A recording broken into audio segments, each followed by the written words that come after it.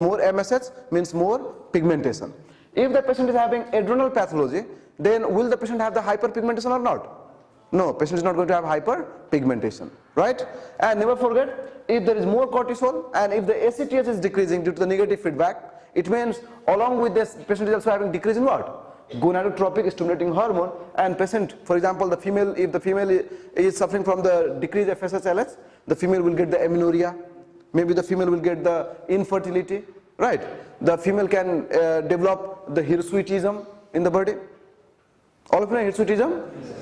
In the same way, if the male is having less amount of gonadotropic stimulating hormone, the male can even develop the erectile dysfunction, if there is negative feedback from the cortisol to the GnSH. So any concern in this axis here? Okay. So now let's go for the third and very, very important cause of the endogenous Cushing syndrome. Okay, so let me add here. And this one is simply going to be due to some paraneoplastic, so let me write this way, ectopic paraneoplastic ACTH, right? And you already know that there are so many cancers in our body. This cancer, as a paraneoplastic syndrome, they can produce some chemicals, and sometimes they will produce the chemical, which one? ACTH. It means the adrenal gland, the pituitary gland is not the one to produce the ACTH, but something else is producing the ACTH. And there are three very common examples that you should not forget. The number A example of the ectopic paraneoplastic ACTH is going to be the small cell lung cancer. Last semester we discussed about this thing in very much detail, so keep in mind that a small cell lung cancer can produce high amount of ACTH, right? And that's why the patient can develop the high amount of cortisol. In the same way, the another very common example you should not forget is going to be the bronchial carcinoid tumor. All of you remember carcinoid tumor? Last semester we learned it.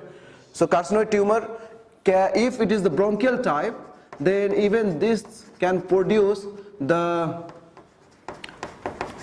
ACTH as an ectopic one, and it can cause the high amount of cortisol in the body. And the third one also you should not forget, sometime the medullary thyroid carcinoma can also do the situation and can produce high amount of ACTH, and patient may develop the Cushing syndrome. Okay, now the important thing here to remember is, you people tell me, the ACTH, is this ACTH in this situation being produced by the pituitary gland? No, something else is producing. It's not the pituitary gland, something else is producing. So I have a few questions to you. All of you try to imagine this thing. If you will test the person's blood, are you going to find more ACTH or less ACTH? More ACTH. This is the problem. And what will happen to the adrenal gland? Are you going to find the hypertrophy or atrophy? Hypertrophy. And this hypertrophy is going to be unilateral or bilateral? Bilateral. Right? So there is going to be more this one. Okay, now there are a few things you must not forget here. You tell me, if the patient is having high amount of ACTH not from the pituitary but from something else, maybe this carcinoid tumor, maybe this thyroid medullary carcinoma is producing this ACTH, then the pituitary gland needs to produce more ACTH or less ACTH? Pituitary gland? Less ACTH, but the cortisol is still going to be very high. And when the pituitary gland is going to produce less ACTH, never forget that maybe the MSH is also going to be less, and maybe the patient will not have the hyperpigmentation. Clear what I'm saying? So hyperpigmentation is not the feature of all kind of disease. You have to understand that only in those situations when the pituitary gland is producing more ACTH, it has to produce more POMC, and then it is only going to produce more MSH, causing the hyperpigmentation, right? And this one is going to be the remaining percentage of the whole endogenous. So in this way we learned that the Cushing syndrome etiology. All of you, let's try to revise this thing. What is the most common cause of Cushing syndrome? Exogenous glucocorticoid use. Don't think that low dose or small duration. Long duration, high dose, right? And then what is another cause of the Cushing syndrome? Endogenous. How many etiologies are there in the endogenous? 3. What is the most common one? Cushing's disease, that is the pituitary adenoma, right? And then what is the second one? Adrenal pathology. And tell me the 3 adrenal pathology over there. Bilateral adrenal hyperplasia, the adrenal adenoma, and the adrenal carcinoma. And tell me about the third one. What is the third cause? Ectopic paraneoplastic production of ACTH in the body. And 3 examples I give you, you should never forget. What are those? A small cell lung cancer, bronchial carcinoids, and third one is Okay. So don't look in the board. I'm giving you some situation. All of you try to give the answer to me. A patient came to you. He is having high amount of cortisol in the body. Right? He is having high amount of cortisol in the body. You tested his ACTH, and ACTH was very, very low. And patient is not taking any medication. ACTH is very low, but high amount of cortisol, and patient is not taking any medication. What is the most common cause of Cushing syndrome? Exogenous. So as soon as the question tells that patient is not taking any medication, so are you going to even think about the exogenous cause? No. Now there is only the endogenous cause. So tell me, out of these three endogenous causes, in which one there is high amount of cortisol? Tell me which one? High amount of cortisol. All of them. All of them, they are going to cause the Cushing syndrome. Which one is going to have low amount of ACTH?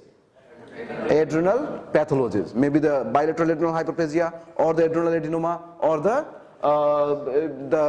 adrenal carcinoma. Clear about this thing? So in this way, it is going to help us. All of you tell me, if somebody gets the high amount of cortisol, the patient may develop the amenorrhea or the hirsutism. What is the reason behind that? Cortisol will do negative feedback to what? Gonadotropic stimulating hormone. The FSH is going to be less, and that's why this feature will happen. Tell me, if somebody is having Cushing syndrome, why the patient can develop the hyperpigmentation? High amount of ACTH requires more amount of production of POMC, the pro-opio melanocortin, and then the patient can have the high amount of MSH. Any concern about this thing? Okay. So now we go further, and now we try to understand what are the common signs and symptoms of the patient of Cushing syndrome. So can I erase this thing? Okay. So now let's go for the next part. What are the common presentation of the patient of Cushing syndrome?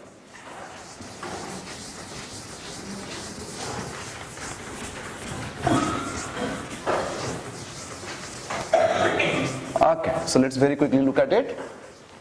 The presentation, or let's say manifestation.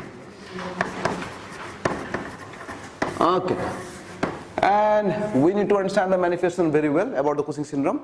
So keep in mind, the first and the most important manifestation of the Cushing syndrome is going to be the fat redistribution. Try to understand this phenomenon.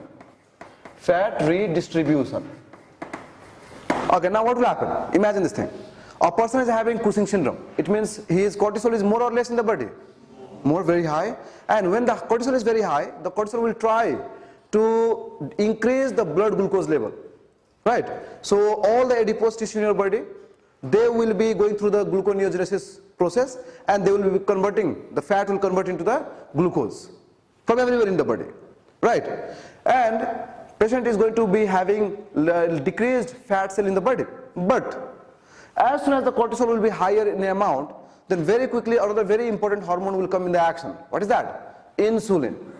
And this insulin again can increase the lipogenesis. Right? So this insulin can again put this glucose back into the adipose tissue. But there is a difference. The difference is that when the cortisol will work, cortisol can take the fat from anywhere in the body. But when the insulin is going to work, then insulin is mainly going to work in the central part of your body. Right? So try to imagine this thing. Suppose this is a human here. You imagine this is the central part, and this is the peripheral part. So imagine this thing. When the cortisol is working in this patient, when the cortisol is very high, then what will happen? All this fat in the periphery, they will be also become less. The periphery fat is going to be less. Not only that, even the central fat is going to be less. Try to imagine this thing. When the cortisol is high, then the fat in the body is going to be less because of production of high amount of glucose from the gluconeogenesis process. At the same time, when the cortisol action will be there, very quickly the patient is also going to have the activity of another hormone. What is that?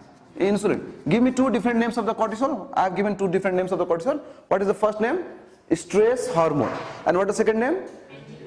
The anti-insulin. Never forget, their activity is just the opposite to each other. That's why many professors they believe to call them anti-insulin. So imagine, now when the insulin activity increased, now insulin will again take the glucose and put them into adipose tissue. But this time insulin is only going to work in the central part of the body, not in the whole part of the body, the central part of the body. So here what you can say, in the central part, the person is going to become fat. And that's why I have used one terminology here, what I am calling fat redistribution.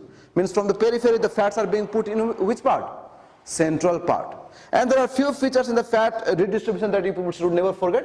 When this patient will come to you, first of all, their face will be having lots of fat deposition over there, and patient is going to have one particular kind of face. We call it moon face. The second thing, the patient will have lots of fat deposition in the neck, right? And this particular thing is going to be simply called as the buffalo hump. Right, and the third and very important, the patient is going to have lots of fat deposition in the central truncal area, right? So patient is going to develop the truncal obesity, and not only the obesity, along with the obesity, the truncal obesity, patient is also going to have the purple striae formation.